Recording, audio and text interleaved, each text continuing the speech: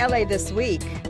LA's Little Tokyo, one of downtown's most vibrant neighborhoods. But what are the biggest safety concerns for the people who live and work around here? We asked them and officers at this Coffee with a Cop event. I'm Gil Reyes with a story next. I'm Rasha Goel. Up next, an exhibition that celebrates the 50th anniversary of a prominent walkout and challenges visitors to create a change. I'm Anna Marcos, ready for some wet summer fun. Kids and families are getting into the swing of things here at the Summer Splash in Pershing Square, and we'll have more coming up.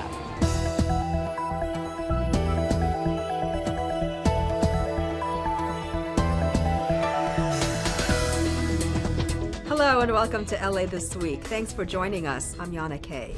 Los Angeles stands symbolically behind Central American families separated at the border. Gil Reyes reports from a rally in West Los Angeles. Are you here today to stand up for children? Yeah! Are you here today to stand up for families? Yeah! Are you here today to stand up for justice? Yeah! Councilman Mike Bonin, with immigrant rights supporters, rallied outside the Wilshire Federal Building to protest family separations at the Mexico border. These people are not illegal. They're not criminals. They are seeking asylum, just like all of our ancestors were. In April, the Trump administration sparked a furor by announcing zero tolerance for unlawful border crossings. Adults caught would be sent to jail to await criminal prosecution, their kids sent to resettlement shelters. After backlash from his own party, the president ordered an end to these family separations in June. But the damage was done. As of deadline time for the story, some 2,000 kids have not reunited with their parents. It's really Donald Trump that made this an issue and made it seem like something much worse than it is. And keeping people from coming here from certain countries, trying to vilify different kinds of people, it's something we haven't seen in this country in many decades and thought we'd never see again until now. And we have to send a message to this president: we are not afraid of you. We are going to fight you because you are dishonorable. You are despicable. The rally also hosted a toy drive for the displaced children. Officials say about 100 of them have reached detention centers in the LA area. In West Los Angeles, I'm Gil Reyes for LA This Week. Los Angeles has long been a safe haven for Central American families fleeing gang violence, crime, and political persecution.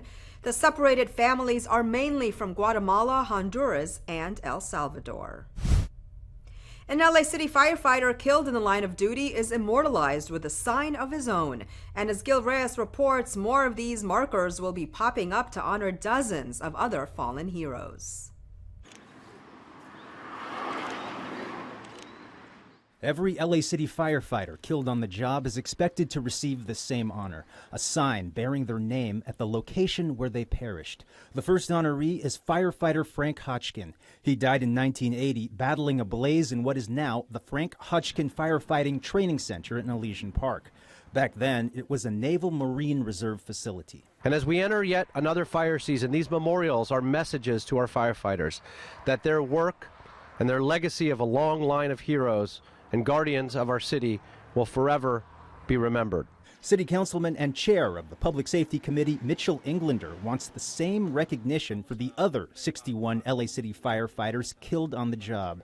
The day's commemoration took an unexpected turn. We're not thinking about potentially getting shot. Fire Chief Ralph Terrazas reacting to the shooting death of Long Beach Fire Captain David Rosa. Rosa was killed in June when a suspect accused of starting an apartment fire shot him when he arrived on scene. The chief isn't sure how to protect his firefighters from shootings. I'm not sure what we can do. We're firefighters. We run into burning buildings like Frank Hodgkin did. And that's what Captain Rosa was doing this morning with his crew. Here in LA, signs will go up so that every LA City firefighter who's made the ultimate sacrifice since the department formed in 1886 will never be forgotten. In Elysian Park, I'm Gil Reyes for LA This Week. The training center was renamed in honor of Frank Hodgkin following his death in 1980. He was just 24 years old. When you get approached by someone who is homeless asking for money, should you give it to them? One veteran police officer says you shouldn't. Gil Reyes tells us why over some coffee with a cop. Hip and cultural, LA's Little Tokyo is one of downtown's most leisurely neighborhoods. Its bright storefronts invite people with money to wine, dine, and shop. This casual spending contrasts with the desperation immediately to the south. Skid Row, epicenter of LA's homeless epidemic. Sometimes people in Little Tokyo aren't sure how to react when these communities converge, and people on the street ask for money to buy food. It can also be a slippery slope, not just for the people who live and work around here, but especially for the area cops, who have to balance the needs of the stakeholders while at the same time being respectful to the area's homeless. What did they have to deal with? We asked some of the officers at this Coffee with a Cop event. If someone is begging for money, please do not give them money. And I'm not saying that to be cruel. It's just you got to recognize that unfortunately a lot of people, not all, when they beg for money, you give them that money, they're going to go do something to destroy themselves with alcohol, drugs. And that means more crime to feed their addictions. Crime that Central Division cops like Dion Joseph have to deal with. He says giving people money might also dissuade them from getting real help at downtown shelters. They won't go seek the help they need. No one goes hungry in downtown LA. No one runs naked in downtown LA, especially Skid Row, because the missions, all 4 missions, they can feed the homeless person 4 times a day. A poor child in South LA on welfare with an apartment doesn't eat as well as a homeless person in downtown LA. Area residents think these Coffee with a Cop conversations are real eye-openers. It was very enlightening on both ends because he began to explain some of the things that they deal with on a day-to-day basis. And the ones who serve us here in downtown have the toughest job of any of the cops in the city. Look for more Coffee with a Cop conversations coming soon. In Little Tokyo, I'm Gil Reyes for LA This Week. The Starbucks on 2nd Street in Little Tokyo served coffee at no charge to customers. A summer program for young people celebrates its 10th anniversary fighting crime in the community. Anna Marcos takes us to the Lou Costello Rec Center in Boyle Heights for the summer opening of Summer Night Lights. Want a way to cut down on gangs and crime? Keep the night lights on. At the park, that is. On this, its 10th anniversary, Summer Night Lights is back in full swing at 32 of LA's city parks. The program keeps parks and gyms open late into the evening during summer, so kids and families have a place to hang out and things to do. I think it's an amazing event that helps kids have a good, fun time for the summer. We know it reduces violence, it builds communities, it makes communities safer. So far, 700,000 Angelenos have taken part in the program, and organizers say it's actually working to keep crimes down in the city. It has not always been like that in Boyle Heights, as you know. I grew up down the street, and I remember and I recall a time when we stayed away from our parks. They didn't feel like they were ours. They were taken over by gangs, and young people didn't have a place to go. But what a difference 10 years makes. Mayor Eric Garcetti started the program at Glassell Park while he was council member, and it was such a wild success, it spread to every council district. And I have to say, at that time, there was a lot of trepidation. The community said, no, this is a bad thing to do to have the park open at night. Our police division at the time said, no, this will be a place that will attract violence and gang members. But we pushed through, and that summer, it was miraculous. Summer Night Lights is also a place to get Sparky, the Chargers mascot, to dance with you. And then there's all the art, music, dance, sports, free food, free cosmetic makeovers, and, well, it's a lot of plain old fun, and sometimes more. Garcetti remembers one former tagger. He said, I spray paint sometimes on the sidewalk or on a bench, even on people's garages. I was like, this is going really well. He said, but tonight I came here and there was an art program, and nobody before in my life had ever given me a canvas. And tonight I felt like I was an artist. From crimes to art, the Summer Night Lights program is proving its crime-fighting clout. Here's to another summer of fighting crime. I'm Anna Marcos for LA This Week. Interested in working in transportation? Well, here's an opportunity that'll help prepare you for a career in global transportation. Rasha Goel has more. It's the kickoff for the Transportation School. Thanks to a partnership between Metro and LA County, high school students will have the opportunity to prepare for a career in the transportation industry. The educational and vocational program expands Metro's existing program to bring in more high school age students, including at-risk youth. As infrastructure needs to be built and rebuilt in this country, we see the country and the world saying, you got to go to LA County to get them. The school will be built at Vermont Avenue and Manchester Boulevard in South Los Angeles, on land that has been vacant since 1992. It will be part of a larger mixed-use development. And this academy is perfectly suited to empower this community, to finally utilize this property and to catalyze it for all of us, and to allow young people to have the education that they need to pursue a career in science, technology, engineering, and math. Earlier, Metro interns had the opportunity to share their thoughts on how the school should be set up. Officials say nearly 30% of Metro's workforce will be retiring in the next few years. It'll be a pipeline not only to jobs in the public sector, but jobs in the private sector. It will be a project that is put forward and supported by the public sector and the private sector. The school's curriculum will focus on science, technology, engineering, arts, and math.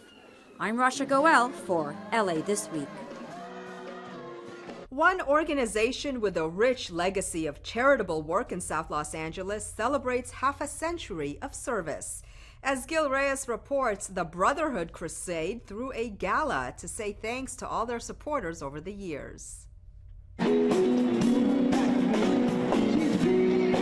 A celebration 50 years in the making took place at the California Science Center. The Brotherhood Crusade celebrated its golden anniversary with hundreds of partygoers in attendance, including current President Charisse Bremond Weaver. This is a huge milestone. The organization was founded by my late father, Walter Bremond, the community, the Black Congress, and our institutional builder, Danny J. Bakewell. And to understand the level of being relevant for 50 years, it is just gratifying. In 1968, our nation mourned the deaths of Reverend Martin Luther King Jr. and Senator Robert Kennedy. The civil rights movement had reached a boiling point that decade, and LA needed a local group to carry the torch for people of color.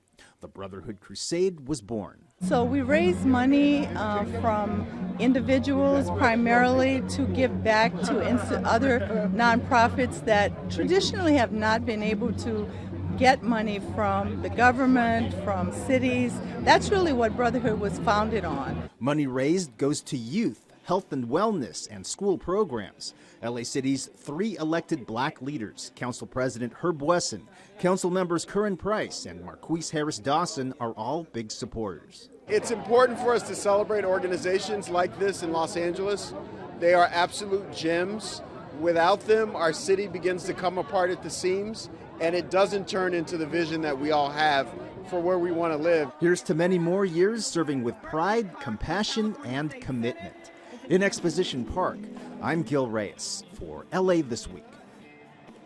Around 700 people, including Lakers legend A.C. Green and District Attorney Jackie Lacey, attended the gala.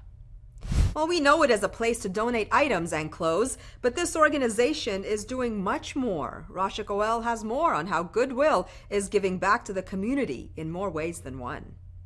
More than just a spot for donations, Goodwill is really about transforming lives. It hires thousands of employees to work at their stores. All of our stores, all of our collection centers, all is to put people to work, both directly in our stores, but also through our career workforce centers. We serve people with the greatest barriers to employment, at-risk youth, veterans, people coming out of prison, people with disabilities, the homeless. We train, we place, we coach. In addition, sustainability is a huge component for the company. Last year, 100 million pounds of reusable goods were kept out of landfills because of Goodwill's retail stores. And recently, The company received a significant rebate from LA's Department of Water and Power for upgrading to LED lights. Not only does it save us a lot of money, but it saves 880,000 kilowatt hours per year. So it goes right in line with our sustainability efforts here at Goodwill. This is all part of the LADWP's plan to help meet the department's energy efficiency and water conservation goals. For example, we're trying to achieve a 15% energy efficiency reduction by 2020. And it's places like Goodwill that have installed over 2,000 lighting fixtures that save 880,000 kilowatt hours a year. That is really helping achieve those goals for both of us. And so what will they be doing with the rebate money? We're going to put that directly into serving people through the power of work, through our workforce development team, and serving those with the greatest barriers to employment get jobs. A rewarding way to celebrate and help light up the lives of others. I'm Rasha Goel for LA This Week. The retrofit was done at the Goodwill headquarters in Lincoln Heights and at stores throughout LA City. A new interactive exhibition takes us through the legacy and history of the Chicano civil rights movement. Rasha Goel has more on how historic events are still at play today. I'm seeing a lot of photos that I haven't seen for years, and I'm seeing some new photos of young Chicano student activists that walked out demanding a better education, that some of them now have passed away. In 1968, 20-year-old Carlos Montes was a co-founder of the Brown Berets, an organization fighting against police harassment, inadequate public schools, and minority education, amongst other issues in California. The group was pivotal in organizing the 1968 March walkouts of East Los Angeles to protest racism and inequality in Los Angeles area high schools. We started going to all the schools to pass out flyers, to go to community meetings, to voice our demands for bilingual education, Chicano teachers, Mexican food even. Today, the stories are being told through the Basta Exhibition at La Plaza de Cultura y Artes, which celebrates the 50th anniversary of the East LA walkouts, where 22,000 students had walked out of class, delivered speeches, and dealt with the police. It was these walkouts that helped create and recognize a new force in the political scene, the Chicano movement. This show tells the story of the East LA walkouts and then looks at this longer legacy going through the Chicano movement, through the 2006 immigration protests, Prop 187, the DREAM Act and DACA, organizing around that these days, all the way up to Parkland and the fact that those kids have been organizing high school walkouts to once again draw attention to violence in schools in their own cause. It took a year and a half to plan these March walkouts. The unrest lasted for about a week, with demands including smaller classes, more bilingual counselors, teachers, and principals, more lessons on Mexican-American culture, art, and history, and no corporal punishment. Wilson, Lincoln, Roosevelt, and Garfield high schools were among the schools participating. We busted the doors open to college admissions. We wanted a good educational system. We wanted college information. We wanted to be professionals, and that not, with my college prep courses at Roosevelt, I was also programmed into power sewing, and so that's where I kept my friends and the home ec department, and but that's how you were channeled, and that was the expectation of the school. This exhibition isn't just about what happened 50 years ago, but it also represents the present and the future and what we can all do to make a change. In fact, at an interactive wall here, they encourage visitors to write down what kind of action they are willing to take to support a cause they believe in. What we try to highlight in this show is that many of the issues that they've faced back in 1968, ranging from government repression to police brutality, those are still with us in the present day and demand further action, and we're hoping to inspire people to take action. Now 70 years old, Carlos Montes feels proud and sees his work as a part of history that will hopefully help generations of students understand and feel compelled to demand respect. In downtown Los Angeles, I'm Rasha Goel for LA This Week. The exhibit runs through January 14th of 2019. For more information, go to lapca.org. The fireworks were popping at Exposition Park near the Coliseum. Councilmember Curran Price puts on a yearly 4th of July extravaganza, and the spirit of the red, white, and blue was alive and kicking. Anna Marcos takes us there. Kicking back and firing up that barbecue is what you do on 4th of July, but be careful with all those fireworks. For me, it means fireworks. My babies love the fireworks. In this place, chorizo and carne asada have become as American as apple pie and 4th of July. But this is just the appetizer course for what's coming. The big fireworks extravaganza, which Councilmember Curran Price puts on at Exposition Park. He himself has brought his entire family, including his tiny granddaughter. It's a safe and sane and family friendly. And so we enjoy that and we look forward to that. Right, Zayla? There must be thousands of people here between this lawn, the adjoining park, and the Coliseum, and I'm getting into the spirit of things myself by popping a few firecrackers before the big one hits. And then it does, a show so spectacular that even the illegal fireworks in the neighborhood fall silent as the red, white, and blue and every other color fill the skies. It was amazing, actually. We've been here like 4 years in a row. Yeah, so it's kind of like a tradition. Yes. Fun fireworks, yes, but here's to another year of celebrating our independence as well, and all it means for each of us. I'm Anna Marcos for LA This Week. Food trucks, music, and family activities were also part of the fun. Well, we get Councilmember Mike Bonin's reaction after being arrested during an immigration protest. A Studio City festival brings the community together, and a leadership academy exposes students to city government. All these stories and more in Citybeat. City Councilman Mike Bonin spoke exclusively to us after he and 17 other demonstrators were arrested during a protest outside Immigration and Customs Enforcement headquarters in downtown Los Angeles. They were protesting the federal agency's handling of undocumented families entering the country. As you saw earlier in the show, Bonin also protested a few days before at a rally on the west side. The downtown demonstrators began gathering about 9 a.m. outside ICE headquarters, and by late morning, police declared an unlawful assembly and started to clear the street. Bonin and the demonstrators were released a short time after their arrest. The idea that our government is ripping people, kids, toddlers, babies from their parents, and knowingly and intentionally inflicting trauma upon them that will last a lifetime, putting them in jails, keeping them apart, is just absolutely morally repugnant to me. Councilmember Paul Krikorian recently hosted a 2-week youth leadership academy comprised of 5 high school students from the San Fernando Valley. The goal is to expose them to the different functions of local government and to potential career paths. Students also visited homeless shelters and encampments to give them a first-hand look at what issues the city is facing. One student said the experience may have put her on a different career path. I'm actually thinking about switching my interests from medical to government and working with the public and just doing the duties the council members do.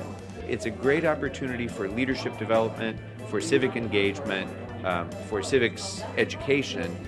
The community came out for some summer fun at the 2nd annual Studio City Totally Awesome Festival. There was lots of good eats, from burgers to ice cream, a live band, games for the kids, and face painting. The Neighborhood Council puts on a variety of neighborhood events a few times a year to bring the community together. It's just a little event that we throw every year. Just kind of say thank you to the community and let them know that we're here. What to do with the kids on a hot summer day? Try the Pershing Square Summer Splash. The Department of Recreation and Parks puts it on once a year, and it sure looks like a fun time for kids of all ages, including our own Anna Marcos. Anna. Yana, what better way to kick off the summer? You will find all kinds of beach games, water games, summer games here at the Summer Splash, all in the middle of the urban core. And look at this, giant-sized, super-sized beach ball, and it's just part of the fun. Woo! All those water slides are the star attractions at this show, but you don't even need a whole lot of water to have fun. The Pershing Square Summer Splash event attracts kids from every corner of LA. I went on every single one.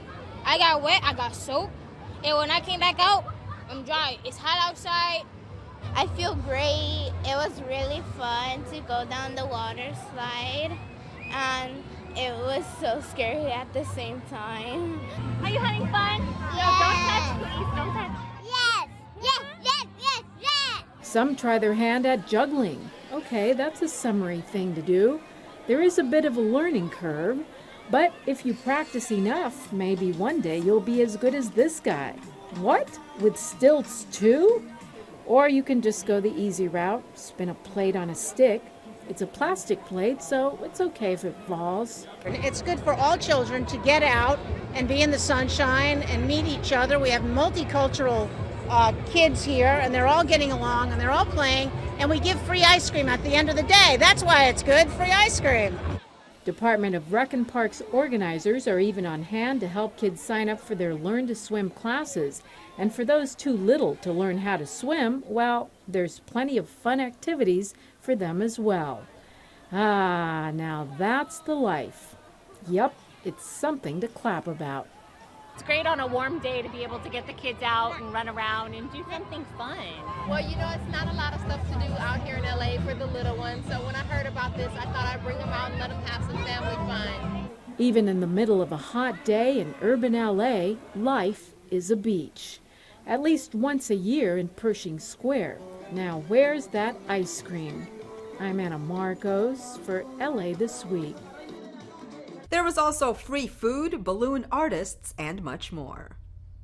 The Reseda Boulevard Summer Art Series kicks into high gear. Celebrate the Republic of China during the Lotus Festival, and the Bengals take center stage at Pershing Square. All this in this week's Things to Do. The Reseda Boulevard Summer Art Series has returned. Come out to enjoy food trucks, live performances, and incredible art. The event takes place along Reseda Boulevard at Rayon in Northridge. 3 more events are scheduled on July 14th, August 4th, and August 25th. The City of Los Angeles Department of Rec and Parks, together with the Los Angeles Lotus Festival, are proud to present the 38th Lotus Festival in Echo Park. This year, the traditional festival will honor and showcase the people and culture of the Republic of China. The event takes place July 14th and 15th from 12 to 9 p.m. at Echo Park Lake. This summer's downtown stage night music lineup has something for everyone. On Saturday nights, the concert lawn is open to the public at 7 p.m. to make sure everyone is comfortable when the music begins at 8 p.m. A variety of food trucks provide dining options. On Saturday, July 14th, the Bengals hit center stage.